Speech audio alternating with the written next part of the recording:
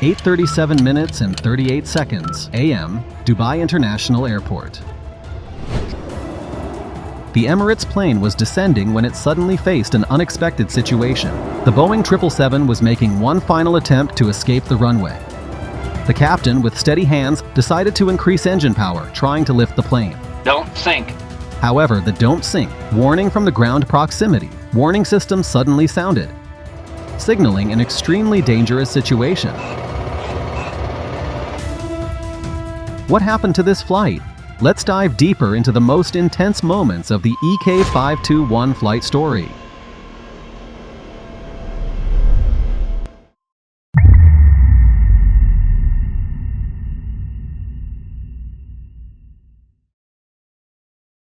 August 3, 2016, Thiruvananthapuram International Airport, India.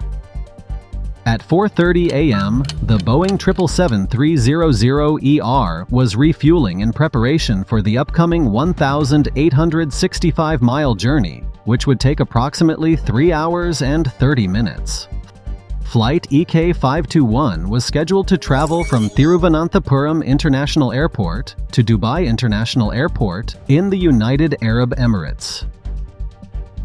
The aircraft in service today was a Boeing 777-300ER, often hailed as a wonder of the skies. It's not only the pride of the airline, but also the backbone of Emirates' fleet.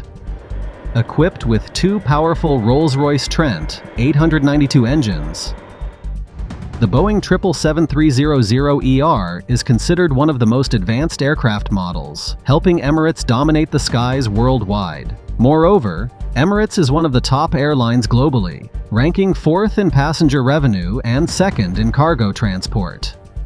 As of today, this aircraft is 13 years old, having logged 58,169 flight hours and completed a total of 13,620 takeoff and landing cycles.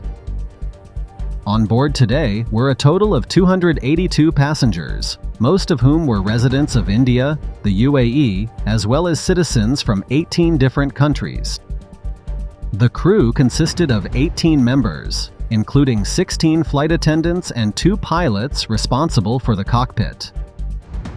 The captain was a 34-year-old pilot. Throughout his career, he had accumulated a total of 7,457 flight hours, with 5,123 of those hours on Boeing 777s. The first officer was Jeremy Webb, 37 years old, one of the few Australians who had made it through tens of thousands of applicants to join Emirates. He had a total of 7,957 flight hours, with 1,292 hours on Boeing 777s. At 5:06 a.m., after all procedures were completed, EK521 was cleared for takeoff on the runway. The two powerful Rolls-Royce Trent 892 engines roared as the Boeing 777 slowly lifted off. Following the predetermined route, it would head straight northwest, flying over the vast Arabian Sea and then the skies of Oman before concluding its journey in Dubai. The captain would be directly flying the aircraft, while First Officer Jeremy Webb would monitor all systems to ensure everything ran smoothly throughout the flight. As the plane reached its cruising altitude of 33,000 feet, the atmosphere in the passenger cabin became increasingly calm.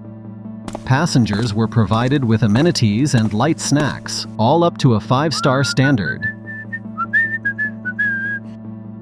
Meanwhile, the pilots were discussing their work and flight schedule. Although this was their first time working together, both the captain and the first officer showed great synergy. They shared some small talk, but remained fully focused on the instruments. By 8 a.m., EK521 was nearing Dubai airspace. From an altitude of 33,000 feet, passengers and crew can see the symbol of luxury and modernity, Burj Khalifa, the world's tallest building, standing majestically in the sunlight. Like every previous flight, the plane would glide past the 163-story tower and descend smoothly into Dubai International Airport for a safe landing.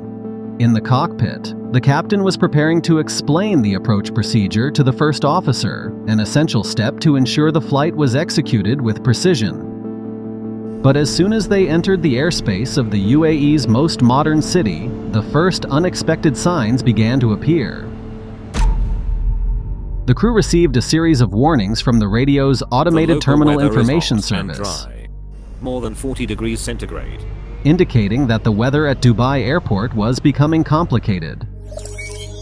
The outside temperature had reached an extreme level, nearly 120 degrees Fahrenheit, accompanied by strong and erratic gusts of wind from multiple directions. Additionally, warnings of wind shear, a dangerous phenomenon for aircraft, had been issued for all runways at Dubai airport around the time EK521 was expected to land.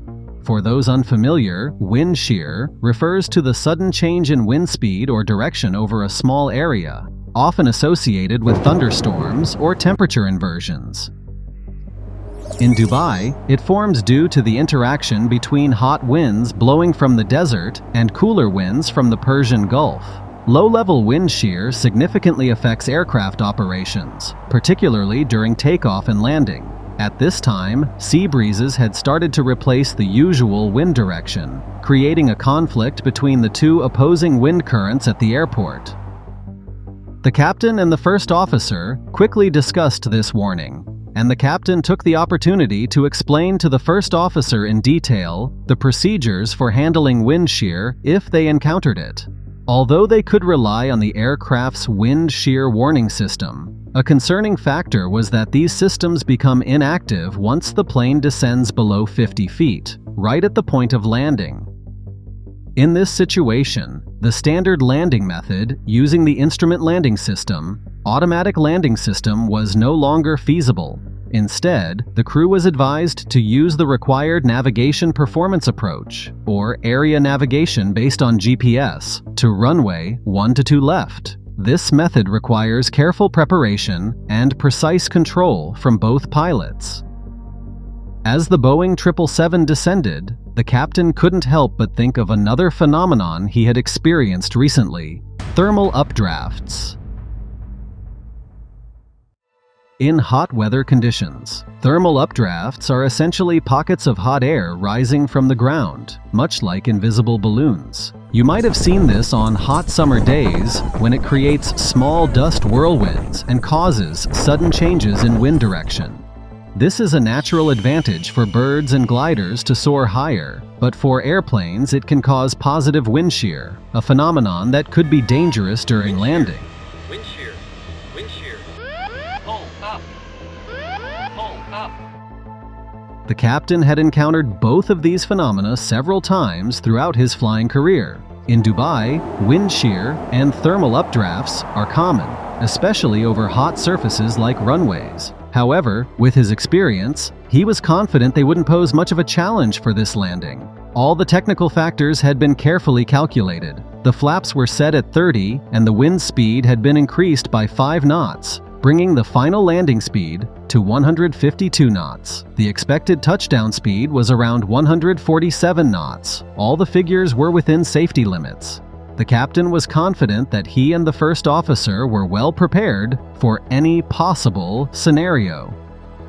At 8:17 a.m., EK521 received a directive from Dubai Air Traffic Control to descend to 16,000 feet. The first officer quickly communicated back with the controller to confirm. Everything seemed to be going according to plan as the controller informed them they could prepare for an RNP approach to runway 12 left as originally planned. However, what the crew didn't know was that 2 aircraft ahead of them had encountered adverse wind conditions during their approach to the same runway and were forced to abort their landings. This information was not relayed to the pilots of EK521 because the go-around instructions had only been communicated on the tower frequency, a different channel than the one they were using to communicate with the air traffic controller. Had the pilots of EK521 been aware of this critical information, they would have approached with more caution.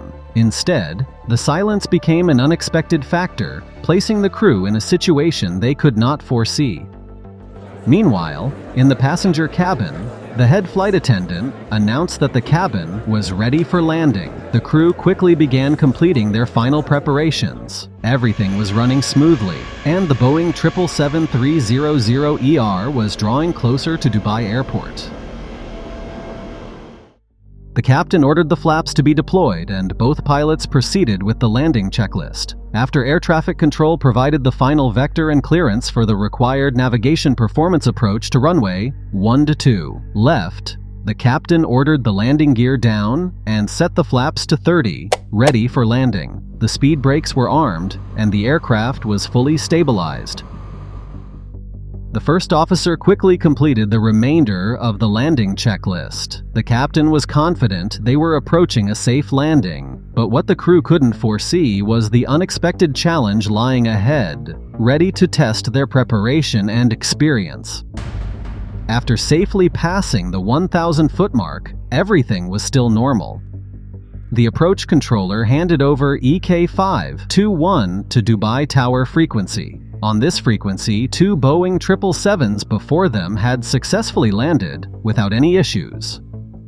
EK521 promptly contacted the tower and received clearance to land on runway 12 left, with surface winds reported from 340 degrees at 11 knots. This meant they were facing a headwind of 10 knots.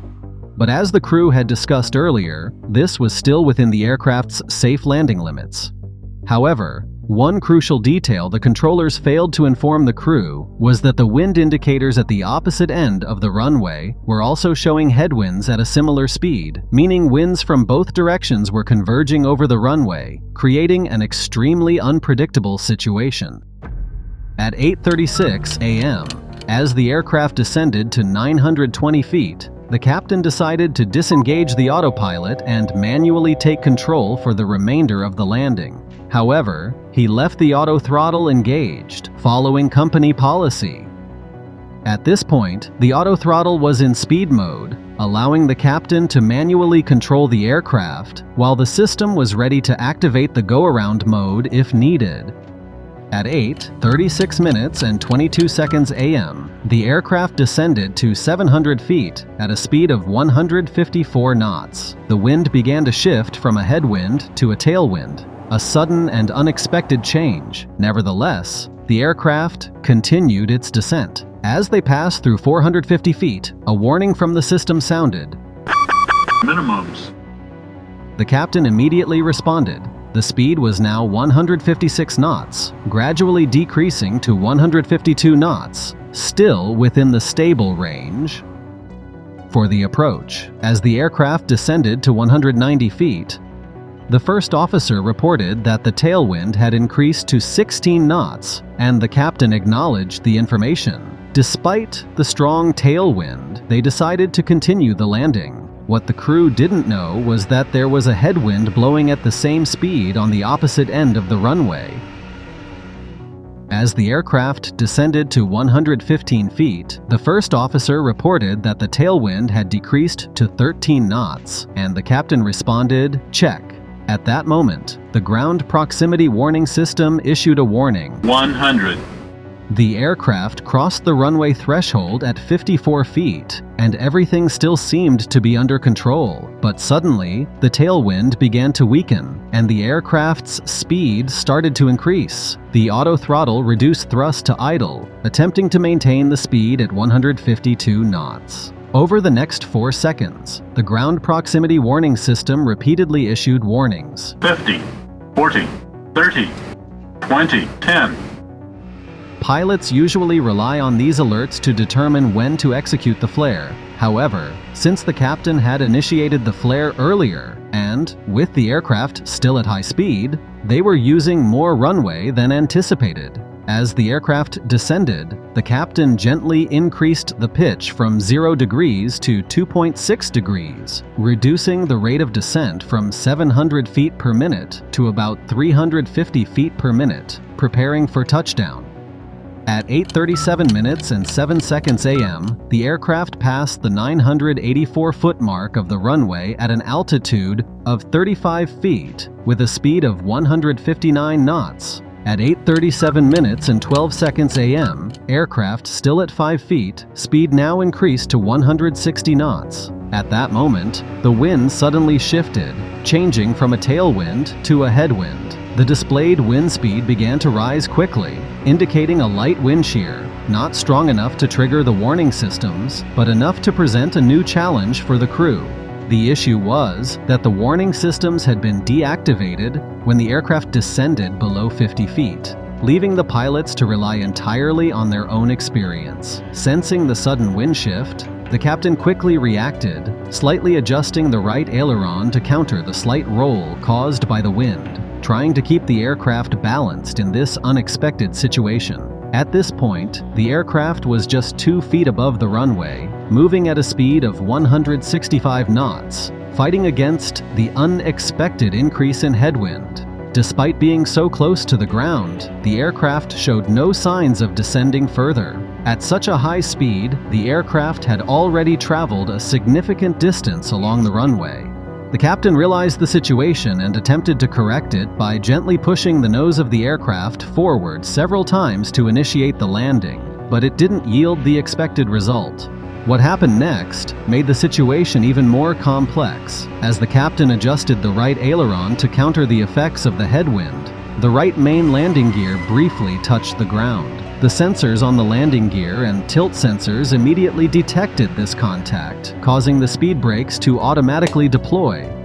However, as soon as the right landing gear lifted off the ground, the speed brakes automatically deactivated, returning the aircraft to a standby state. Over the next 6 seconds, both main landing gears touched the ground twice, causing the speed brakes to repeatedly deploy and retract. Specifically, at 8:37 minutes and 17 seconds a.m., the right landing gear made contact with the runway approximately 3,600 feet from the threshold of runway 12, left at a speed of 162 knots, and 3 seconds later, and the left landing gear also touched down.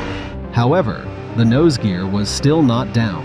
Both pilots, focused on observing the outside situation, did not realize that the aircraft had touched down. This led to a critical mistake. Both pilots believed the aircraft was still airborne, and this confusion would determine what happened next. As the aircraft passed more than 3,281 feet of runway, the captain realized that if they continued, a safe landing would not be possible. At 8:37 minutes and 23 seconds a.m., the captain decided to abort the landing and press the takeoff go-around button. He also called go-around and began to pitch the nose of the aircraft up to initiate a climb. At this moment, the captain knew they were very close to the ground and was likely focused on preventing a tail strike, which took much of his attention. However, another problem occurred when the captain pressed the takeoff go-around button. The auto throttle did not engage. The system had been disabled because the aircraft had been below 2 feet for more than 3 seconds or had made contact with the ground, as per the aircraft's design. As a result, the thrust remained in idle mode, but neither pilot noticed. The captain kept his hand on the thrust levers, but didn't realize that the thrust wasn't increasing. His intense focus on avoiding a tail strike may have caused him to miss this critical detail. Immediately after initiating the go-around, the long landing warning sounded, confirming that they had made the right decision to abort the landing. At 8:37 minutes and 27 seconds a.m., the captain continued to pitch the nose up to 7.5 degrees and called for the flaps to be retracted to 20. 2 seconds later, the landing gear lever was moved to the up position, and the process of retracting the landing gear began.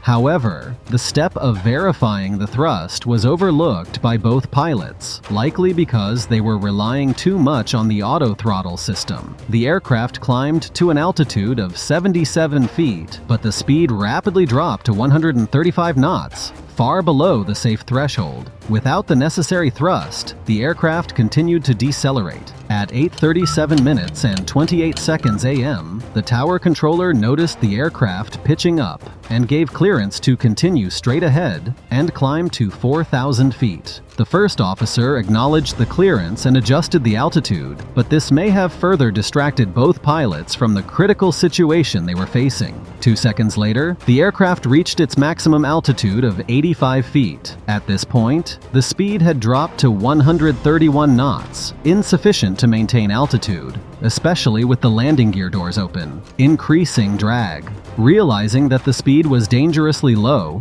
the captain suspected they had encountered wind shear again and shouted, "Wind shear! Take off! Go around!" At that moment, the first ground proximity warning system warning sounded. Don't sink. The captain finally pushed the thrust levers fully forward and pressed the takeoff, go around button for the second time. The engines began to accelerate, but it took 6 seconds for the two massive Rolls-Royce engines to spool up from idle to full power. But by then, it was too late. At 8:37 minutes and 38 seconds AM, 18 seconds after the go-around procedure had been initiated, the aircraft crashed onto runway 12 left. The tail of the plane hit the ground first, producing a loud screeching sound, followed by the main landing gear and the right engine, which detached from the aircraft. A large fire erupted from the right engine shaft and spread beneath the left engine and the landing gear compartment. The plane continued to skid along the runway, slowly veering to the right until it came to a stop about 229 feet from the runway center line, facing a heading of 250 degrees. Just over a minute later, the captain issued a mayday call and announced that they were evacuating. The pilots found the evacuation checklist, which had fallen to the cockpit floor during the crash, and began executing the evacuation procedures. In the rear of the aircraft, thick smoke from the landing gear compartment began to spread into the cabin, causing panic among the passengers. Many tried to retrieve their carry-on luggage, delaying the evacuation process. The crew called for an emergency evacuation, and passengers began to move through the escape slides. Outside the aircraft, firefighters had arrived at the scene and started battling the blaze. However, at 9:39 minutes and 4 seconds AM, a large explosion occurred as the fire reached the central fuel tank, killing a young firefighter, Jassim Essa al-Balushi. Several other firefighters were affected by the heat, which reached near 122 degrees Fahrenheit during the rescue efforts. Although no passengers were killed, the explosion caused significant damage. This incident is still considered one of the worst aviation disasters in the history of Emirates. Investigation process and cause of the accident. The UAE's General Civil Aviation Authority promptly launched an investigation into the serious accident involving EK521 in coordination with Emirates, Boeing, the aircraft manufacturer, and Rolls-Royce, the engine supplier for the Boeing 777-300. The U.S. National Transportation Safety Board also sent a team of 5 experts to join other investigators. The flight data recorder and cockpit voice recorder were removed from the aircraft the following day to support the thorough investigation. According to the initial investigation findings, the pilots of EK521 did not realize that the engine thrust on the Boeing 777-300 remained too low during the go-around procedure. This led to a series of critical events. When the aircraft's main landing gear had already touched down, the go-around resulted in the automation system losing control of the engine power, creating a dangerous situation. Throughout the landing approach and subsequent go-around, the flight crew failed to effectively monitor and manage the primary flight instruments. They were unaware that the auto throttle adjustment test did not engage after the captain pressed the takeoff go-around button. As a result, the engine thrust did not increase, significantly reducing the aircraft's performance in a situation that required maximum power. Critically, the flight crew overlooked the thrust verification procedure outlined in the go-around and missed approach procedures in the flight crew operating manual. Over-reliance on the automation systems, combined with a lack of preparation for a go-around near the runway surface, directly contributed to the crew's poor performance during this critical phase. According to the final report, This incident highlighted serious gaps in the flight crew's management of the emergency situation, leading to one of the most significant accidents in Emirates' operational history.